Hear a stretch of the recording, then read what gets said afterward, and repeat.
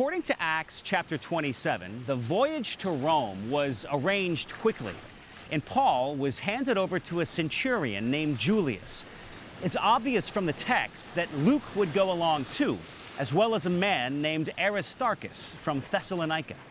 The ship left Caesarea en route to Asia province. Along the way, they landed at Sidon, and Julius, in kindness to Paul, allowed him to visit Christian friends there. From Sidon, they put out to sea again and faced stiff winds. The ship had to detour to the leeward side, or sheltered side, of Cyprus before landing at the port of Myra. Today, Myra is home to a well-preserved archaeology site on the southwest coast of Turkey, which contains this Roman theater and these incredible rock-cut tombs. At Myra, Julius arranged for Paul and his party to board a new ship, an Alexandrian grain freighter bound for Italy. These grain freighters were large commercial vessels that were a common sight on the Mediterranean Sea during the time of Paul. These ships could carry a vast amount of cargo and hundreds of passengers, and were not exceeded in size until the beginning of the 19th century. The ship would have been part of a well-organized fleet that carried passengers and manufactured goods such as pottery and metalwork from Italy to Egypt. In Egypt, the goods would have been exchanged for new passengers and grain and would return to Italy. With favorable weather, the voyage from Italy to Egypt was an easy 2 weeks. But the return trip with grain-heavy ships was a different matter.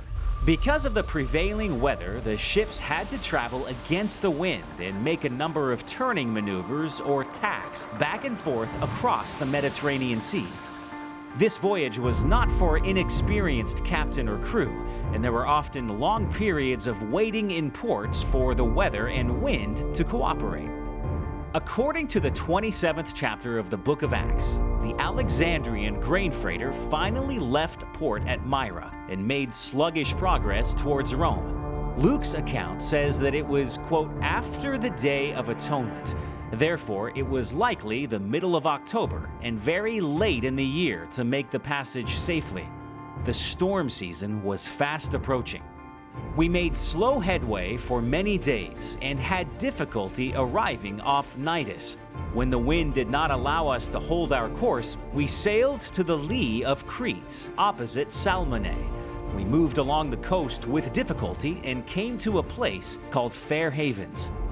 Much time had been lost and sailing had already become dangerous, so Paul warned them, "Men, I can see that our voyage is going to be disastrous and bring great loss to ship and cargo, and to our own lives also." But the centurion, instead of listening to what Paul said, followed the advice of the captain of the ship. Since the harbor was unsuitable to winter in, the majority decided that we should sail on, hoping to reach Phoenix and winter there. This was a harbor in Crete. Acts 27, 7 through 12. Fair Havens and the rugged southern coast of Crete provided no shelter for Paul's ship. It's not hard to imagine that the captain of the ship would have ignored the warnings of a prisoner. Therefore, the captain decided that they should not stay there for the winter and tried to move on to Phoenix, a port on the protected side of the island, about 40 miles away. As we're about to find out, that would prove to be a disastrous decision.